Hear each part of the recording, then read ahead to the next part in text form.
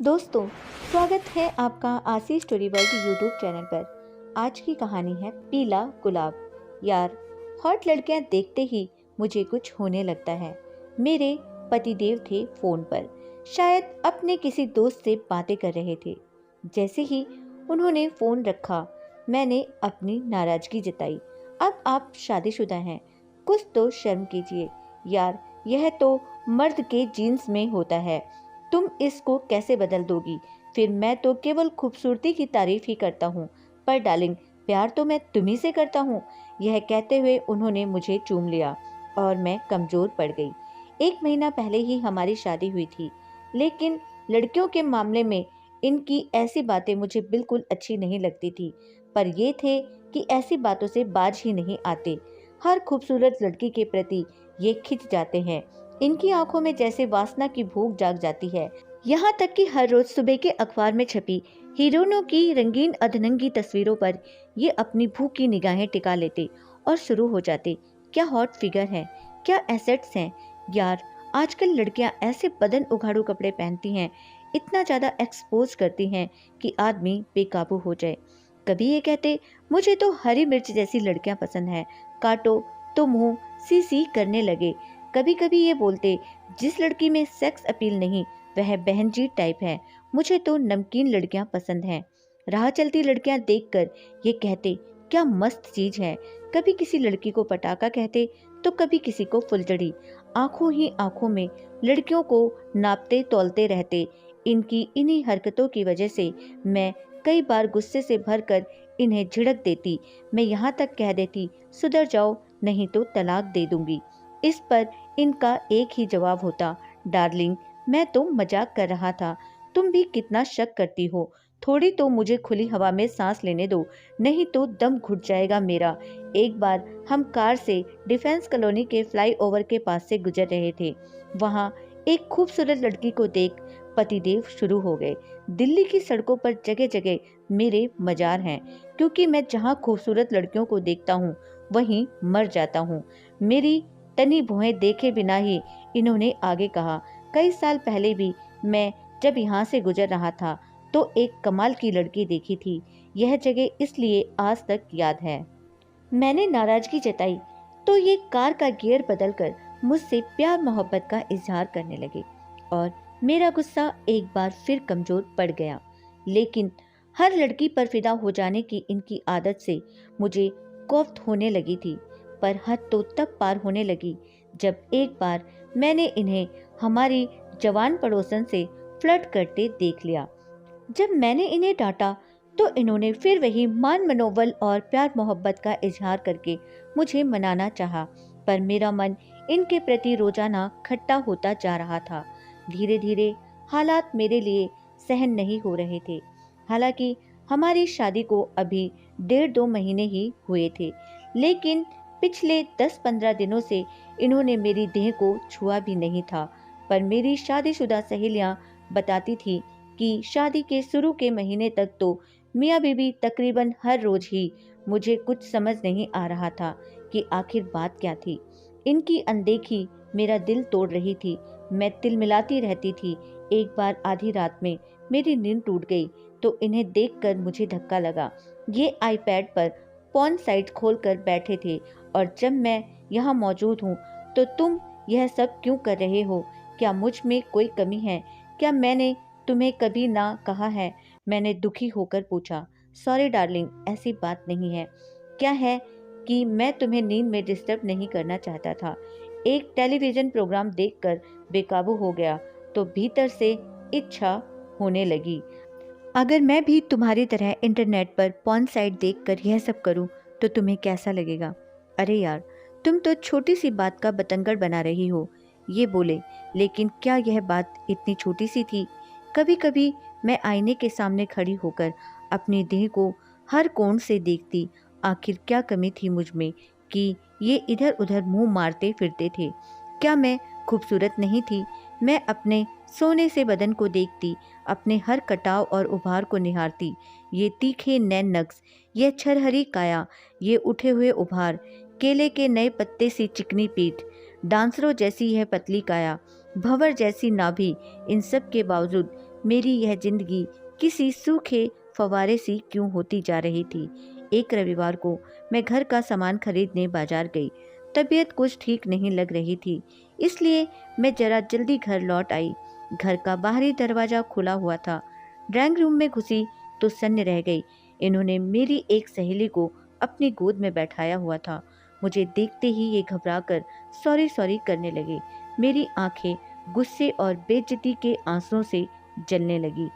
मैं चीखना चाहती थी, चिल्लाना चाहती थी, पति नाम के इस प्राणी का मुंह नोच लेना चाहती थी, इसे थप्पड़ मारना चाहती थी। मैं कड़कती बिजली बनकर इस पर गिर जाना चाहती थी। मैं गहराता समुद्र बनकर इसे डुबो देना चाहती थी। मैं धधकती आग बनकर इसे जला देना चाहती थी। मैं हिचकियां ले लेकर रोना चाहती थी। मैं पति नाम के इस जीव से बदला लेना चाहती थी। मुझे याद आया, अमेरिका के राष्ट्रपति रह चुके बिल क्लिंटन भी अपनी पत्नी हिलरी क्लिंटन को धोखा देकर मोनिका लेविस्की के साथ मौज मस्ती करते रहे थे, गुलछर्रे उड़ाते रहे थे। क्या सभी मर्द एक जैसे बेवफा होते हैं? क्या पत्नियां छले जाने के लिए ही बनी हैं? मैं सोचती। रील से निकल आया उलझा धागा बन गई थी मेरी जिंदगी। पति की ओछी हरकतों ने मेरे मन को छलनी कर दिया था। हालांकि इन्होंने इस घटना के लिए माफ़ी भी मांगी थी, फिर भी मेरे भीतर सब्र का बांध टूट चुका था। मैं इनसे बदला लेना चाहती थी और ऐसे समय में राज मेरी जिंदगी में आया। राज पड़ोस में किराएदार था, 6 फुट का गोरा चिट्टा नौजवान। जब वह अपनी बाहें मोड़ता था तो उसके बाजू में मछलियां बनती थी। नहाकर जब मैं छत पर बाल सुखाने जाती तो वह मुझे ऐसी निगाहों से ताकता कि मेरे भीतर गुदगुदी होने लगती। धीरे धीरे हमारी बातचीत होने लगी। बातों ही बातों में पता चला कि राज प्रोफेशनल फोटोग्राफर था। आपका चेहरा बड़ा फोटोजेनिक है, मॉडलिंग क्यों नहीं करती हैं आप? राज मुझे देखकर मुस्कुराता हुआ कहता। शुरू शुरू में तो मुझे यह सब अटपटा लगता था, लेकिन देखते ही देखते मैंने खुद को इस नदी की धारा में बह जाने दिया। पति जब दफ्तर चले जाते तो मैं राज के साथ उसके स्टूडियो चली जाती। वहाँ राज ने मेरा पोर्टफोलियो भी बनाया। उसने बताया कि अच्छी मॉडलिंग असाइनमेंट लेने के लिए अच्छा पोर्टफोलियो जरूरी था, लेकिन मेरी दिलचस्पी शायद कहीं और ही थी।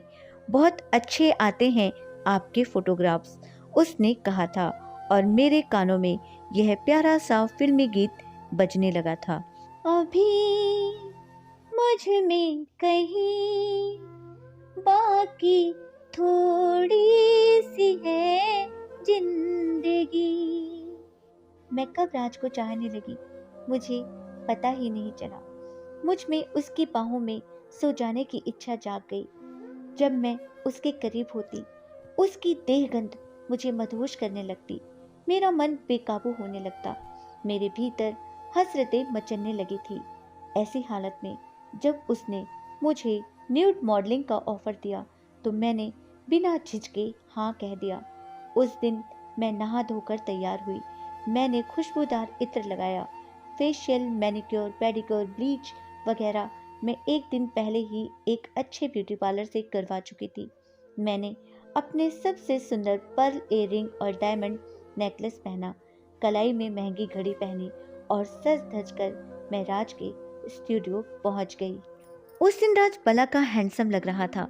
गुलाबी कमीज और काली पैंट में मानो कहर ढा रहा था।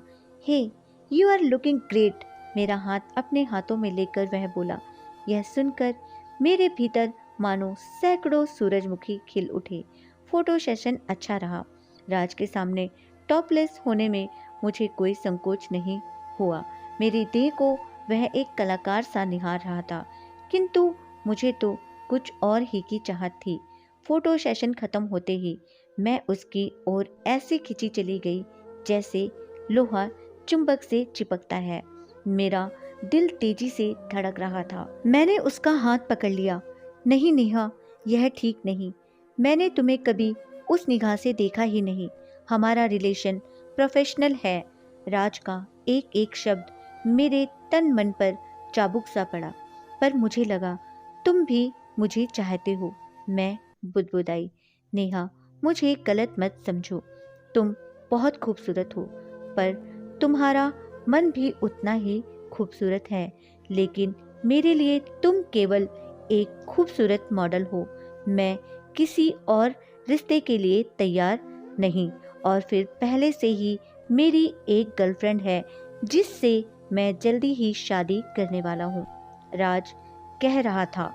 तो क्या वह सिर्फ एक तरफा खिंचाव था, या पति से बदला लेने की इच्छा का नतीजा था?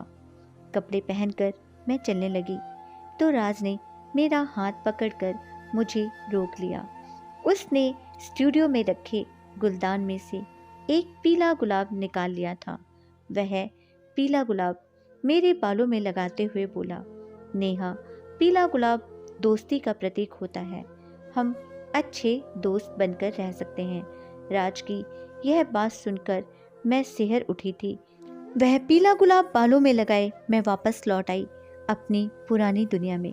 उस रात कई महीनों के बाद जब पतिदेव ने मुझे प्यार से चूमा और सुधरने का वादा किया, तो मैं पिघलकर उनके आगोश में समा गई। खिड़की के बाहर रात का आकाश न जाने कैसे कैसे रंग बदल रहा था। ठंडी हवा के झोंके खिड़की में से भीतर कमरे में आ रहे थे। मेरी पूरी देह एक मीठे जोश से भरने लगी। पतिदेव प्यार से मेरा अंग अंग चूम रहे थे। मैं जैसे बहती हुई पहाड़ी नदी बन गई थी। एक मीठी गुदगुदी मुझ में सुख भर रही थी। फिर केवल खुमारी थी और उनकी छाती के बालों में उंगलियां फेरते हुए मैं कह रही थी, मुझे कभी धोखा मत देना। कमरे के कोने में एक मकड़ी अपना टूटा हुआ जाला फिर से बुन रही थी। इस घटना को बीते कई साल हो गए हैं। इस घटना के कुछ महीने बाद राज भी पड़ोस के किराए का मकान छोड़कर कहीं और चला गया। मैं रात से उस दिन के बाद फिर कभी नहीं मिली। लेकिन अब भी मैं जब कभी पीला गुलाब देखती हूँ तो सिहर उठती हूँ। एक बार हिम्मत करके पीला गुलाब अपने जूड़े में लगाना चाहा था तो मेरे हाथ पूरी तरह कांपने लगे थे। दोस्तों, यह थी हमारी आज की कहानी। उम्मीद करती हूँ आपको पसंद आई होगी। आपका क्या कहना है इस कहानी के बारे में, हमें कमेंट करके जरूर बताइएगा। वीडियो को लाइक करके चैनल को सब्सक्राइब करना मत भूलिएगा प्लीज़। मेरा चैनल नया है, मुझे सपोर्ट कीजिए। आपका कीमती समय देने के लिए दिल से शुक्रिया।